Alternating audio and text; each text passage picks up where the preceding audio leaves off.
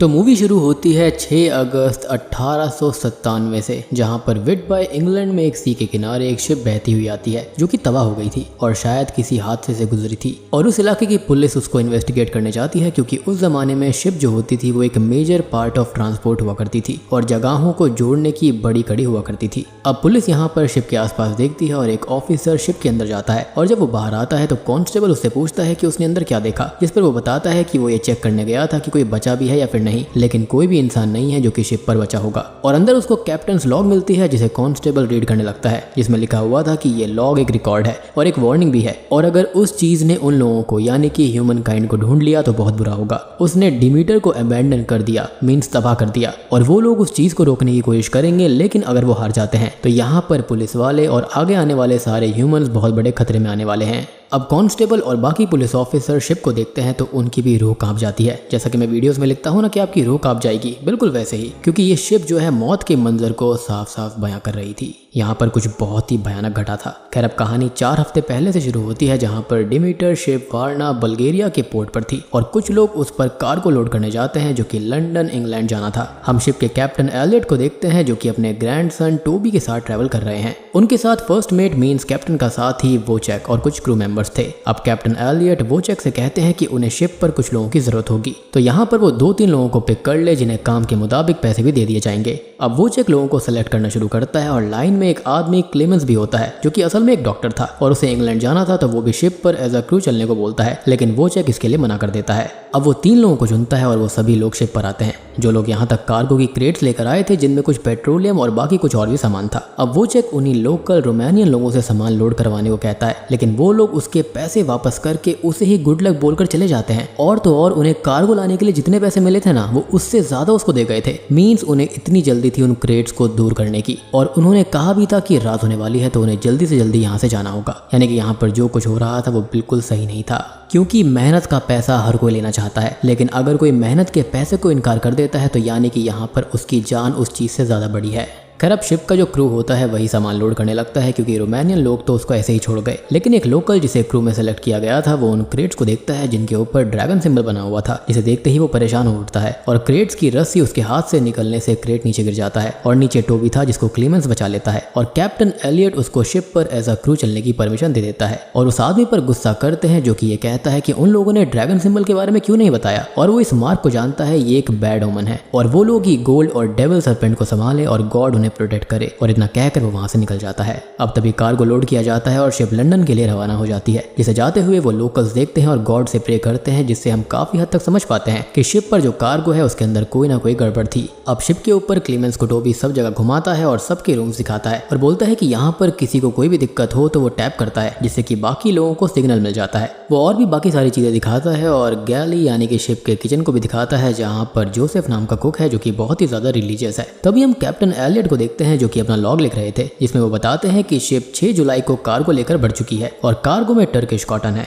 10 petroleum barrels हैं और कुछ प्राइवेट क्रेट्स भी हैं जो कि लंदन के लिए मार्क्ड हैं। शिप पर 5 लोगों का क्रू है, एक डॉक्टर है, 2 शिपमेट्स हैं, कुक है और खुद कैप्टन एलियट है। साथ ही साथ माहौल काफी अच्छा है सफर के लिए और क्रू भी फुल ऑफ स्पिरिट है। मींस पूरी जर्नी बहुत ही बेहतरीन होने वाली है, या फिर ये कहें बहुत ही ज्यादा भयानक। खैर अब वोचेक कैप्टन के पास में आता है और कैप्टन उनसे कहते हैं कि लंदन पहुंचते ही वो रिटायरमेंट ले लेंगे और फिर टोबी के साथ कंट्री साइड रहकर उसे बड़ा करेंगे और जो वादा उन्होंने अपनी बेटी से किया था उसको निभाएंगे। अब लंदन पहुंचते ही वो वोचेक को अपनी जगह और डिमीटर की जिम्मेदारी उसको सौंप देंगे। वो जानते हैं कि उससे अच्छा हैंड और कैप्टन कोई नहीं हो सकता और वोचेक ये सुनकर थोड़ा इमोशनल और खुश हो जाता है। रात को अब सभी लोग सो जाते हैं और हम उन क्रेट्स को देखते हैं जहां पर वो ड्रैगन मार्क्ड वाली एक क्रेट अपने आप ओपन होने लगती है, जो कि काफी अजीब था। अगली सुबह सभी लोग ब्रेकफास्ट कर रहे होते हैं और कैप्टन सबको उनकी सैलरी बताता है कि किसको कितने पैसे मिलेंगे और क्लीमेंस उनके साथ एज अ क्रू है तो उसे भी बराबर हिस्सा मिलेगा, जिस पर वो कहता है कि उसे पैसे नहीं चाहिए बल्कि उसे दुनिया को समझने की जरूरत है, जिसके लिए ही वो घूम रहा है। जिस पर कैप्टन कहते हैं कि दुनिया समझने के लिए नहीं, एक्सपीरियंस और एक्सेप्ट करने की चीज होती है, जिस पर वो भी एग्री करता है, हालांकि वो दुनिया की गहराई समझना चाहता था। खैर अब तभी लाइव स्टॉक यानी कि एनिमल एनिमल शेड से कुछ आवाज आने लगती है और क्लीमेंस टोबी के साथ उसे चेक करने जाता है तो सब कुछ नॉर्मल था, लेकिन एक वेव से शिप थोड़ी सी हिल जाती है जिससे कि कार्गो होल्ड में रखी हुई कोई क्रेट गिर जाती है और वो उसको चेक करने जाते हैं तो उसमें ढेर सारी मिट्टी थी और उस मिट्टी के साथ एक लड़की थी। जी हाँ, एक लड़की, जिसे वो कैप्टन के पास लेकर जाते हैं। तभी वोचेक उस लड़की को देखकर कहता है कि ये एक स्टो अवे होगी, यानी कि ऐसे लोग जो कि चोरी छुपे फ्री में ट्रैवल करते हैं और ये चीज गलत है तो उसे मार देना चाहिए। इस पर क्लीमेंस मना करता है और कैप्टन भी इस चीज के खिलाफ थे क्योंकि वो लड़की कैसी भी हो वो अपनी आखिरी ट्रिप पर किसी को मारना नहीं चाहते थे। क्लीमेंस उस लड़की को चेक करता है और वो बीमार थी जिसे कोई इन्फेक्शन था, तो वो ब्लड ट्रांसफ्यूजन करता है ताकि उसका इन्फेक्शन खत्म हो जाए। वो अभी के लिए ट्रांसफ्यूजन कर देता है, लेकिन ये प्रोसेस बार बार करना होगा ताकि इन्फेक्शन खत्म हो जाए। और वोचेक उस लड़की की मदद करने के सख्त खिलाफ था, जिसे कैप्टन समझाते हैं और वो उस लड़की को रहने और सबके हिस्से से थोड़ा थोड़ा खाना देने की बात करते हैं और कैप्टन की बात तो सबको माननी ही पड़ती है। खैर तभी हम एक और ड्रैगन सिंबल मार्क्ड क्रेट को देखते हैं जिसके अंदर से कोई मॉन्स्ट्रस चीज बाहर आती है जिसकी अभी हम सिर्फ झलक देख पाते हैं। खैर हम क्लीमेंस को देखते हैं जो कि टोबी को उस लड़की के पास छोड़कर डेक पर चला जाता है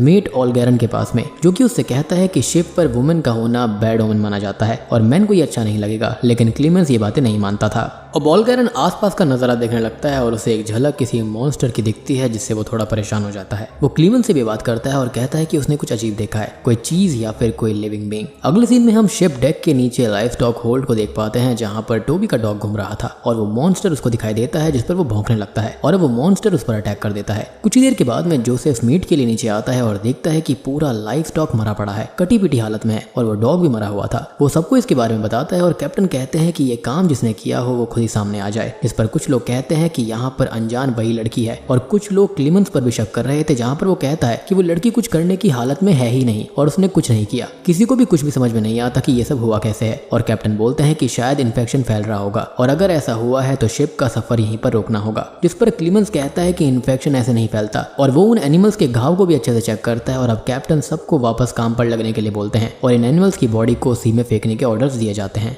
खैर अब कुछ लोग क्लीमेंस से बहस करने लगते हैं, लेकिन ऑलगैरन जो कि परेशान बैठा था वो सबसे कहता है कि ये काम किसी इंसान या फिर जानवर का नहीं है बल्कि ईविल का है जो कि उनके साथ ऑन बोर्ड है। अब हमें उस लड़की को दिखाया जाता है जिसे थोड़ा थोड़ा होश आने वाला था और हम पहली बार और साफ झलक उस मॉन्स्टर की देखते हैं जो कि बहुत ही भयानक था। अब हम टोबी को देखते हैं जो कि बहुत ज्यादा दुखी था और क्लीमेंस उसके पास आता है। वो कहता है कि उसने कैप्टन से वादा किया था कि जानवर का ख्याल रखेगा और वो ऐसा नहीं कर पाया। इस पर क्लीमेंस उसको समझाता है और हिम्मत देता है। तभी उस मॉन्स्टर को दिखाया जाता है जो कि डेक के नीचे यहाँ वहाँ अंधेरों में घूम रहा था और बाकी लोगों को काम करते हुए भी दिखाया जाता है, जहाँ पर ऑलगैरन क्लीमेंस से कहता है कि उसने कुछ देखा था जो कि ईविल है, लेकिन क्लीमेंस बोलता है कि वो साइंस की बात मानता है, सुपरस्टिशन नहीं। जिस पर ऑलगैरन कहता है कि रात में उसका चेहरा भी डर से भीगा हुआ था क्योंकि वो जानता है कि उसने भी उस चीज की झलक देखी है और वो इस बात को स्वीकार करना नहीं चाहता। तभी कैप्टन अपना लॉग कंटिन्यू कर रहे होते हैं जहां पर आज डेट 16 जुलाई आ चुकी है। पिछले कुछ दिन का वेदर खराब रहा लेकिन सेल जारी रही और उस लड़की का बार बार ब्लड ट्रांसफ्यूजन किया जा रहा है, लेकिन उसकी हालत सेम ही है और उनको सफर पूरा करने में लगभग 2 हफ्ते और लगेंगे। अब क्लीमेंस उस लड़की के पास था और टोबी भी वहां पर था जो कि बताता है कि इस लड़की का नाम ऐना है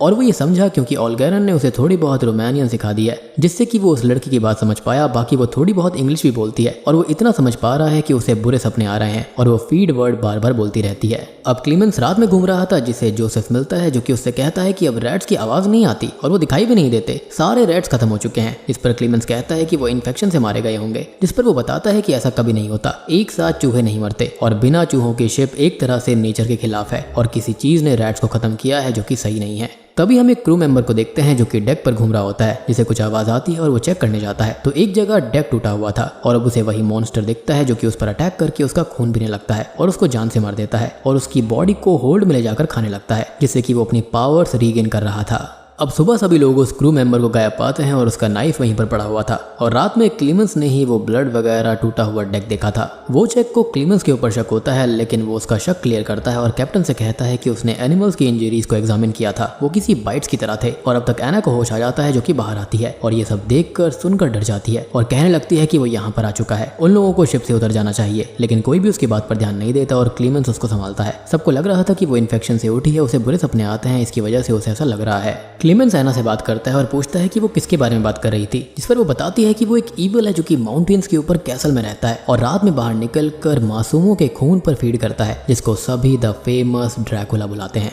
और वो उस कैसल के नीचे रही है जहाँ पर उसे ड्रैकुला को एज अ बार्गेन सौंप दिया गया था, जिस पर वो फीड करता था, रोज उसका थोड़ा थोड़ा खून पिया करता था। और अब वो शिप पर है, मीन्स कोई नहीं बचेगा। अब रात को ओल्गैरन और लार्सन डेक ड्यूटी पर थे, तभी वहां पर ड्रैकुला आ जाता है जो कि लार्सन को तो खत्म कर देता है और ओल्गैरन उससे बचकर भागता है, लेकिन वो उसका पीछा करके उस पर भी अटैक कर ही देता है। अब डेक खाली होता है तो शिप डगमगा जाती है, जिससे कि सभी जाग जाते हैं और डेक पर आकर पहले शिप संभालते हैं और उन दोनों को ढूंढने लगते हैं, जिन्हें घायल ओल्गैरन मिल जाता है, जिसका थोड़ा सा खून ड्रैकुला पी चुका था, यानी कि उसके ऊपर बाइट मार्क्स आ चुके थे। यही सारी चीजें कैप्टन अपने लॉग में लिखते जा रहे थे जो शिप पर हो रहा था। और अब 24 जुलाई आ चुकी थी और वो 2 आदमी खो चुके थे और एक इंजर्ड था, क्योंकि शिप पर डूम आ गया था और इंग्लैंड पोर्ट पास में ही है, लेकिन उन्हें हिम्मत और गॉड पर भरोसा रखना होगा। अब रात को सभी लोग परेशान थे और कैप्टन 2 क्रू को गन्स के साथ वॉच के लिए छोड़ता है और बाकी लोगों को वोचेक के साथ शिप की तलाशी लेने के लिए भेजता है और ओल्गैरन को बांध दिया जाता है उसकी और बाकी लोगों की सेफ्टी के लिए। तभी वोचेक सब जगह चेक करता है, लेकिन उन्हें कुछ नहीं मिलता, क्योंकि बॉडीज को ड्रैकुला ऑलरेडी ठिकाने लगा चुका था और वो खुद अपनी क्रेट में छिपा हुआ था। अब कैप्टन बाकी क्रू के साथ डेक पर होते हैं और वो टोबी को अपने कैबिन में छोड़कर गए थे और तभी हम ड्रैकुला को क्रेट से बाहर आता हुआ देख पाते हैं और ओल्गैरन जो कि बाइट हो चुका था वो एक वैम्पायर में तब्दील हो जाता है और खुद को फ्री करके बाहर आ जाता है।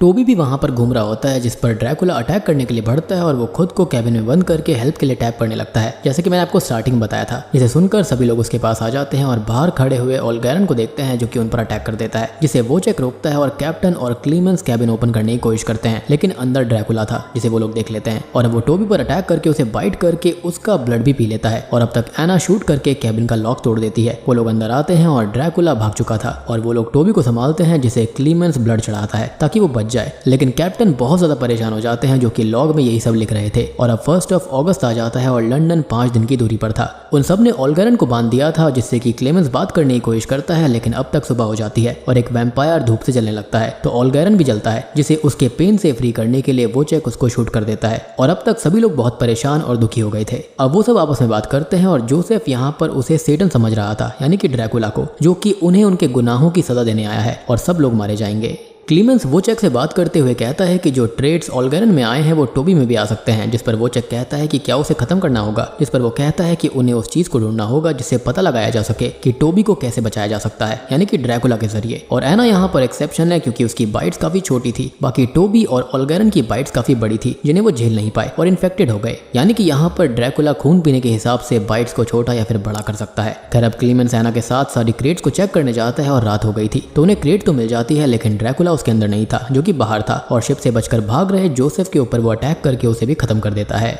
यहाँ अब क्लेमेंस और एना ये भी बात करते हैं कि ये क्रेट प्राइवेट शिपमेंट है और डॉक्यूमेंट्स पर ओनर का नाम ही नहीं है, जिस पर एना बताती है कि ड्रैकुला को लंदन भेजा जा रहा है क्योंकि उसकी कंट्री में कोई फीड करने लायक बचा ही नहीं था। खैर अब अगली सुबह टोबी खत्म हो जाता है, जिससे कैप्टन पूरी तरह टूट जाते हैं और अपनी बेटी से किया हुआ वादा वो नहीं निभा पाए थे। अब सुबह उसके वाटर बैरियल की तैयारी होती है, जहाँ पर एना उसके लिए प्रेयर्स करती है और कैप्टन को उसकी बॉडी मूव होती हुई फील होती है, जिससे वो बॉडी को अनकवर करते हैं और टोबी असल में वैम्पायर बन गया था जो कि उन पर अटैक कर देता है, लेकिन धूप आने से वो जलने लगता है, जिसके साथ वो भी थोड़े से झुलस जाते हैं और अब वो लोग उसे पानी में फेंक देते हैं, जिससे कि वो वहीं पर खत्म हो जाता है। या फिर माइट भी ऐसा हो सकता है कि वो खत्म ना हुआ हो। अब कैप्टन एलियट को आराम करने के लिए भेजकर सभी लोग बात करने लगते हैं, जहाँ पर क्लीमेंस प्लान बनाता है कि उन्हें ड्रैकुला को ट्रैप करना होगा क्योंकि वो पकड़ में नहीं आता, ना ही मिलता है और वो उसे ऐसे नहीं मार सकते, तो उन्हें ड्रैकुला को शिप के साथ ही डुबाना होगा और वो लोग लाइफ बोट से भाग जाएंगे, जिस पर वोचेक पहले तो गुस्सा करता है, ऐसी ये शिप उसका घर है, लेकिन उनके पास कोई और रास्ता भी नहीं था, तो वो भी क्लीमेंस के समझाने पर मान जाता है। अब क्लीमेंस कैप्टन के पास जाता है, उन्हें बताता है कि वो शिप को अबेंडन करने वाले हैं, लेकिन वो इसके खिलाफ थे क्योंकि ड्रैकुला ने उनसे कहा था कि वो उन्हें टोबी वापस दे देगा, जिस पर एना उन्हें समझाती है कि वो सब झूठी बातें हैं, वो हमारे इमोशंस को ट्विस्ट करके हमारे ही खिलाफ इस्तेमाल करता है। और वो अपनी कहानी भी बताती है जहाँ पर ड्रैकुला उसे बॉक्स में रखता था और उसके खून पर फीड करता था।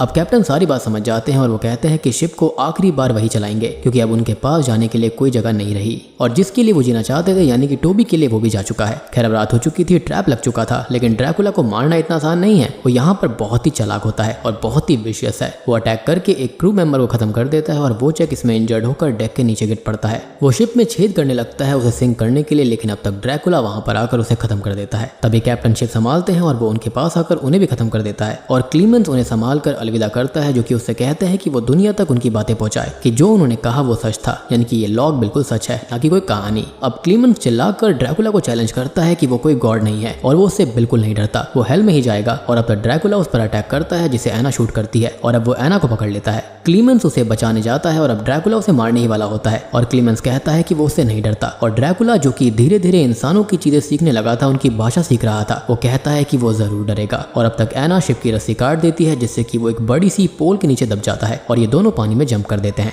खैर अब सीन मूवी के स्टार्टिंग वाले सीन से आकर मिलता है जहां पर वो शिप किनारे तक आई थी और पुलिस की उस पर नजर पड़ती है और ड्रैकुला वहां से ऑलरेडी भाग चुका था। अब तक हम क्लीमेंस और एना को देखते हैं जो कि तैरते हुए कहीं और पहुंच गए थे और एना वैम्पायर में तब्दील होने लगती है जो कि अभी तक ब्लड ट्रांसफ्यूजन से बची हुई थी और वो क्लीमेंस से लास्ट टाइम बात करती है जो कि उसे थैंक्स करता है। और अब सूरज की पहली किरण के साथ ही वो भी जलकर मारी जाती है क्योंकि वो लोगों का खून नहीं पीना चाहती थी। खैर अब कुछ वक्त के बाद में हम क्लीमेंस को देख पाते हैं जो कि अब लंदन में है और यहाँ पर अब तक सब जगह पर गोस्ट शिप की बात फैल चुकी थी जिसमें कोई भी नहीं बचा था, जिसके अंदर क्लीमेंस और ड्रैकुला बचे थे। लेकिन ये बात किसी को नहीं पता थी और क्लीमेंस अब दुनिया को समझ गया था। वो कहता है कि ड्रैकुला भी शहर में आ चुका है जिसके बारे में कोई नहीं जानता, लेकिन वो जानता है कि वो कहाँ पर छुपता है। तभी हम ड्रैकुला को देख पाते हैं जो कि इंसानों के बीच उनके जैसे ही रहने लगा है और क्लीमेंस के ऊपर भी नजर रख रहा है, जिसे क्लीमेंस भी ढूंढ रहा है ताकि वो उन मरने वालों का बदला ले पाएगा और उसे खत्म कर पाएगा। और बूम, इसी के साथ में ये मूवी यहीं पर खत्म हो जाती है।